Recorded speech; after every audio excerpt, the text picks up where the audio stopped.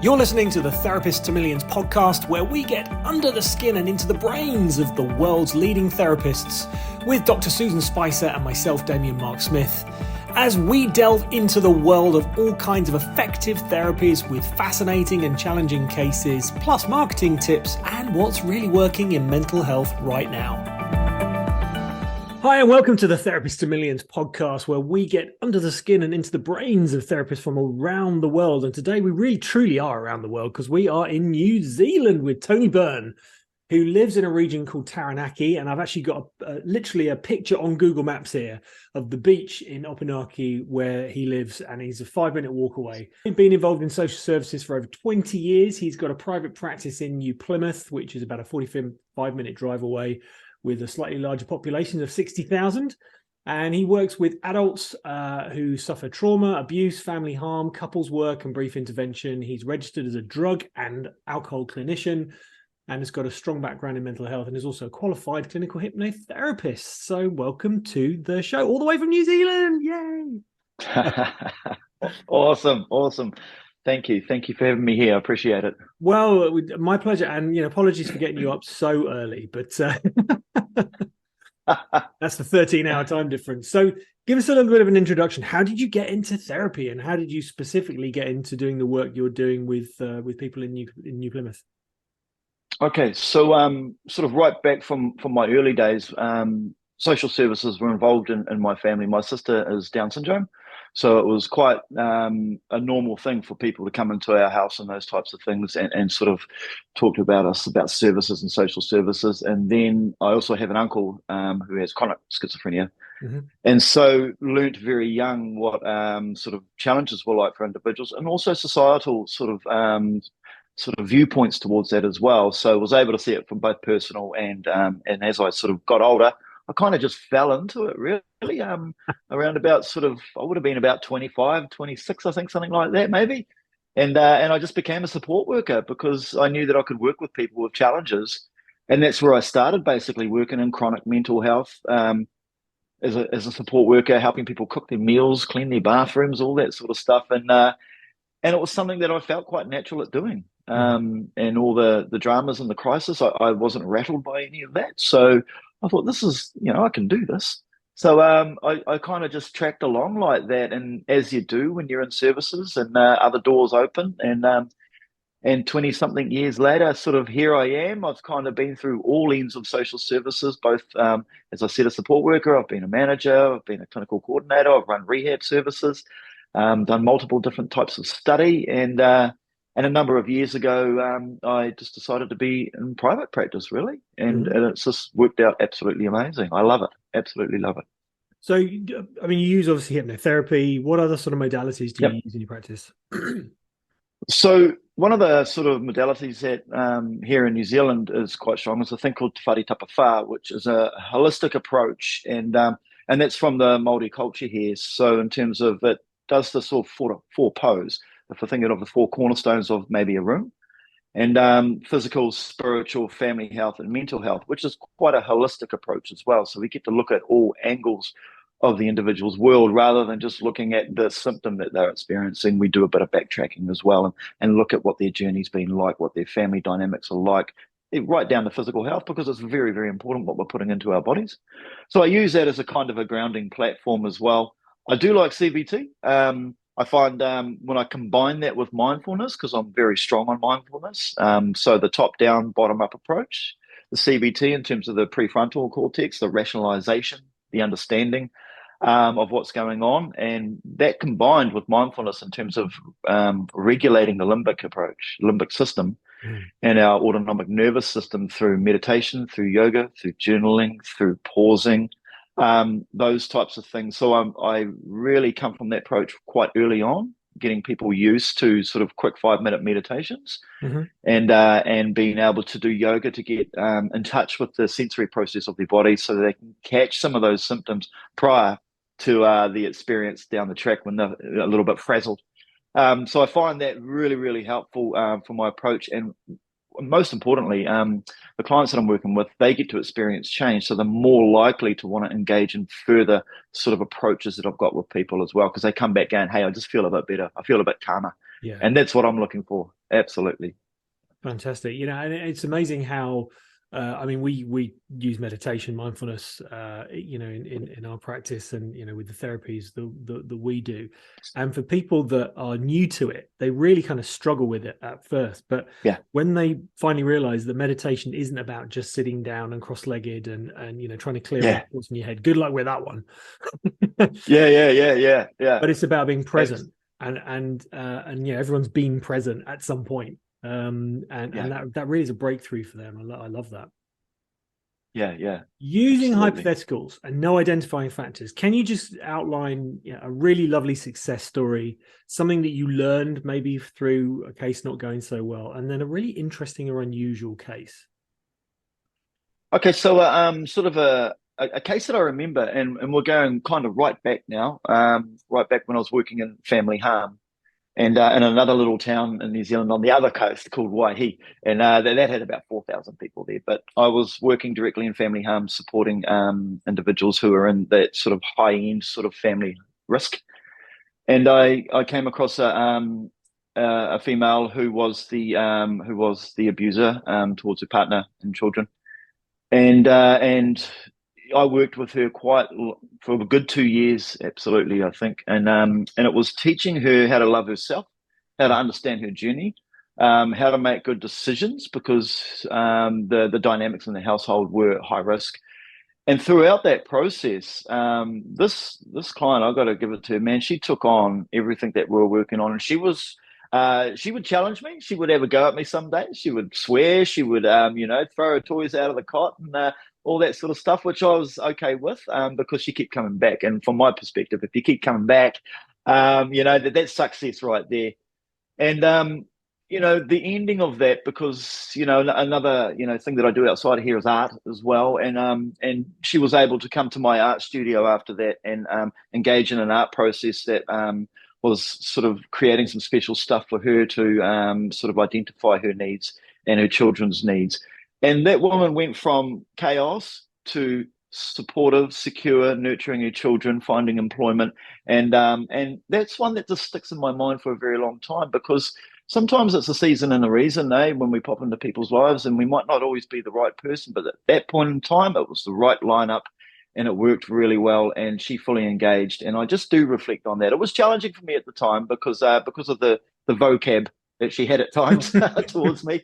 But it ended beautifully and for the children as well, because they got the mum that they needed as well, which was supportive and nurturing and who wasn't sort of moving into that limbic stress response all the time. So that was a really, really good one. In terms of the biggest challenge or the biggest failure or all those types of things, Mhm. study for me, I left school at 13, basically 13, 14, and I was kind of off the rails and went through some of the personal challenges that I experienced. But coming back to study, and I could read and write and those types of things, but moving into an academic place was incredibly scary for me, daunting. I almost pulled out of social services because of it, because it was just Mm. frightening for me. And I felt, I just felt dumb, really. I felt like I couldn't do it. And finding the right support, putting my hand up, which was a big challenge for me, and just going, I need to accept support. If I'm working with people who accept my support, I've got to actually do the same here. Yeah. And and I got right into it basically, and I ended up studying full time for 12 years, and I've never really stopped. And I'm doing more study this year. So Yeah. once I got into it, it still challenges me. I'm no major academic. I'm not an A student. I'm kind of hanging around the B's, but that was my biggest challenge in life, and it still challenges me to this day, really. But I push through. I love that. I love that. um, yeah, and some of the sort of the fascinating or sort of interesting stuff that we're coming across here in New Zealand now, because we're quite a conservative country, but Mhm. we've had a ketamine clinic open in a place called Taranaki, Okay. and for treatment-resistant depression. And whilst that is self-funded, there's no government funding there. We're still in the very early stages in New Zealand of doing things differently for treatment-resistant. Mhm. And I've been lucky enough to be able to refer clients there who have been able to self-fund and then work with them and integrate back into some of the experiences that they're having as well. And I'm seeing some massive changes compared to some of the traditional approaches that sometimes just don't work for people. And that's been quite exciting. So being involved in that and seeing what that looks like going forward, I am involved in a working group in New Zealand as well of what that looks like down the track for in terms of psychedelic studies and those sorts of things, looking at alternatives, but really integrative. And what we're looking at currently is what does the workforce look like? You know, if we're moving towards that, we might not have a workforce who are actually going to be up with the play of around what integration looks like and understanding and stuff like that. So very, very early days here in New Zealand, but it's exciting and it's something I certainly want to be involved in longer term. Yeah. What is New Zealand's approach to mental health in general, based on your understanding of what it is for in North America and Europe, for instance? In terms of our approach to mental health, we're getting better. Absolutely getting better. There's more of a understanding within the workplaces. The workplaces are responding really well. Most places around the world have got EAP. So I hold a number of those employment assistance program contracts where the employers are becoming very aware. And I guess that sort of culture is moving away of just, especially for men, of just harden up, get on with it. More men are now reaching out. So there's been a shift in that, which I've noticed in the last 10 years, that men are now coming forward. There's been a more gentle approach to people who are experiencing low moods. It's more of an acceptance now. And I'm seeing a major shift. So New Zealand is we are moving towards a bit of a change in a sort of Western ideology modality, moving towards more of the Māori culture here in New Zealand as well, of being able to look at people holistically as opposed to symptom. What's the cause? We're moving back to that sort of stuff and going, what are the causes here? What are the journey of these individuals? What's their trauma?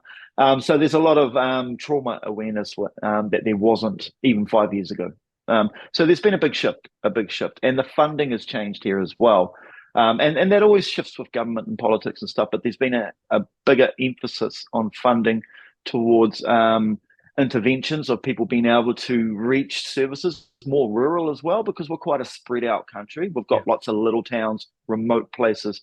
So, luckily enough, I've been involved in being able to help set up services to be able to reach people in the rural who don't necessarily have cars sometimes or no bus transport, and we can go to them. There's been a huge shift, really exciting. That's really cool. Now, speaking of, mental health and your approach to it, how do you look after your own mental health? So my self-care is pretty good, really, really good actually. So the way I start my day, and which I'll be continuing after this because I got up early today, but normally my day looks like I meditate as soon as I open my eyes, and that's the first thing I do, and then straight after that I grab my dog and go for a run, and by that time the sun's coming up, so I'm aware of circadian rhythm and sunlight and those types of things, and then I come back and I do some yoga. Some really good stretching and stuff. And then at that time, I'll sit down, I'll do some journaling, set my intentions. I've got a 3-year journal that will ask me questions every day. I'll do that sort of stuff. And then I'll write some random stuff. And I'll light a bit of sage or a bit of incense and stuff like that. And I'll just sit and pause. And then I might, once I've done all that, a podcast, a very inspiring podcast. I've got a whole list of podcasts I go through basically. And it's just pick of the drawer in the morning, what I feel like. And then once I've sort of done all that, that's about an hour right there before I even start my day, before I even look at my phone, before I even think about emails or Facebook or anything like that. I just invest solely in me first and foremost. So that's how I start my day. And throughout the day, in between, I schedule in breaks between my clients and stuff where I'll get out and go for an intentional walk, go and sit by the ocean, go and have an intentional coffee with a friend and stuff like that, and really, can check out sometimes so that I can come back refreshed, replenished, and be incredibly present. And then the afternoon, we live by the beach, jump on the electric bike, go down there, kick back, maybe jump in the water. We also have me and my wife. My wife's she's a naturopath as well as a graphic designer. We'll jump in our bus and go up the coast sometimes and just kick back for a few days. So I schedule in regular time off as well. So I have to take good care of me because some of the stuff I hear and see is quite intense at times. It's vital. Can I just add something in there? It's something that I've been doing since the beginning of the year. Is as I'm dropping into REM sleep theta brain waves as I'm coming out of it. Especially, I'm prepping Mm. myself that I'm just, as soon as I'm aware that I'm, now in a wake, or just popping into that, or just coming out of that theta state, I do my gratitudes, because there is no better feeling Nice. than when you're in Nice. that level and you just go into gratitudes. And it's to the point now where I can't wait to go to bed and I can't wait to wake up. Yeah, and look, you bang on there, because they're the two most critical aspects of our life, is when we wake up and when we go to sleep, and aware of our sort of mind and all the thoughts that we've got. I also cold shower every morning, straight after my hot shower. I love it. I've been a cold shower for years, and it's great. Brilliant. I love that. And jumping into the ocean does exactly the same thing. I love Oh, that. Although probably where you are, it's warmer, isn't it? But yeah, absolutely. right. So how do you market your business? How do you market your private practice? Um, I've got my website, and I've had that for a number of years. I just run a standard ad campaign, and for the Google search and stuff, with just some of the keywords, that works tremendously well. I have a Facebook page that I just post a lot of inspirational stuff, and I've linked that recently to Instagram as well. That pulls in some people, but I find more the Google ad campaign tends to work. Yeah. And because a lot of people tend to do more Google search, I find anyway, for therapists, as opposed to the Facebook or the Instagram. So and that works really well. Yeah. Yeah, I love that. So, in terms of a book, have you written a book? Are you writing a book? Have you thought about writing a book? And if so, what would it Oh, be? look, I would absolutely love to write a book, and I am currently capturing just sort of interesting moments throughout practice, sort of wisdom moments. I was thinking, if I was going to write a book, it would be wisdom moments, essentially. It would be, how we reflect sometimes, some of those, those right hemisphere aha moments, and I try to capture those as often as I can. Yeah, but that's on the down the track sort of timeline. Yeah, definitely. Good title though, Wisdom Moments. I like that. So Yeah. on the subject of books, what has been the best therapy book you've ever read, and also the best non-therapy book? Yeah, I guess, and whether it's, I guess, deemed therapy or not therapy, but Breaking the Habit of Being Yourself by Joe Dispenza. Yeah, love And that. I absolutely love that book. I like the way he approaches the way that our biological makeup, psychological, physiological, and in terms of emphasis on a lot of meditation, and that we can sort of change some of our habits by thought alone. And it's just how we really apply those change of habits, cultivating habits, and applying ourselves and being consistent. But yeah, Joe Dispenza's, I guess, been one of the most pivotal sort of changes in how I think, act, and feel, essentially. And we all have our authors that we gravitate towards. And in terms of sort of the other side of books, Con Eggleton, he's one of my favorite authors. He's a fiction, non-fiction. He's an historian, and he writes a lot of books. Sort of Rome, Genghis Khan, sort of Athenians, and those sorts of things. And those are good, where we just check out from life, basically, and we just go into our reading book. So he's another author that I just really gravitate to, and I really enjoy his writing. Yeah. Lovely. I love that. So what's your top tip for mental health in the world today? Oh, self-care, self-care, self-care. You've got to invest in yourself, because we spend so much time investing in everything around us, and sometimes we invest more in our cars than we do ourselves. And it's time to actually just stop and pause and actually go. I just need to put a little bit of time into me, and if that's 5 minutes in the morning and 5 minutes at night, that will start the process. But just self-care and hobbies as well. Finding stuff that you love doing, so that you can experience some of that flow state and get some of those good chemicals flowing off. And there's enough research out there to go, if we do one thing a day that we love, we're going to get all those good sort of chemicals flowing around. And we want more of those good chemicals flowing around. I love that. That's brilliant. Okay, so it's competition time. So tell us a fact that blows our mind, or a joke that's one of a kind, and you can win an exclusive Therapist to Millions t-shirt. You have to model and send us a picture on that beach. So I'm not the best at jokes, but I think the thing that always just blows my mind is just basically, we are 99% empty space. We're atoms. We are made of nothing all the time, and every human on the planet is made of millions and millions of atoms, which is 99% empty space, essentially. So we are vibrational frequency. I always find that really, really interesting, and how we can change our atom structure and our chemical structure, and the biology of belief in those types of things, and epigenetics and all that sort of stuff. Those things blow my mind all the time. The more I look into brain, the more I look into Bruce Lipton stuff, the more I sort of experience some of the teachings that they have. That blows my brain. It does So cool, all the isn't time. it? I'm going to, after we finish this podcast, I'm going to recommend the book to you, which you're going to love. Awesome. And finally, how can people get hold of you? I can be found on Facebook and Instagram. Facebook is Tony Counsellor. That's the Facebook page, and Instagram Tony the Counsellor, and then my website www.x-roads.co.nz. Fantastic. Thanks so much for taking the time to share with us today, Tony. And enjoy the rest of your long day that you now have. Thank you very much for having me. I really appreciate it. If you enjoyed this week's episode of the Therapist to Millions podcast, may we invite you to check out our free for life Therapist to Millions online membership course for therapists and coaches who want to grow their business without trading more time for dollars. We've created the world's premier digital marketing resource exclusively for therapists, and it's yours for free for life. Just head over to therapisttomillions.com and sign up now.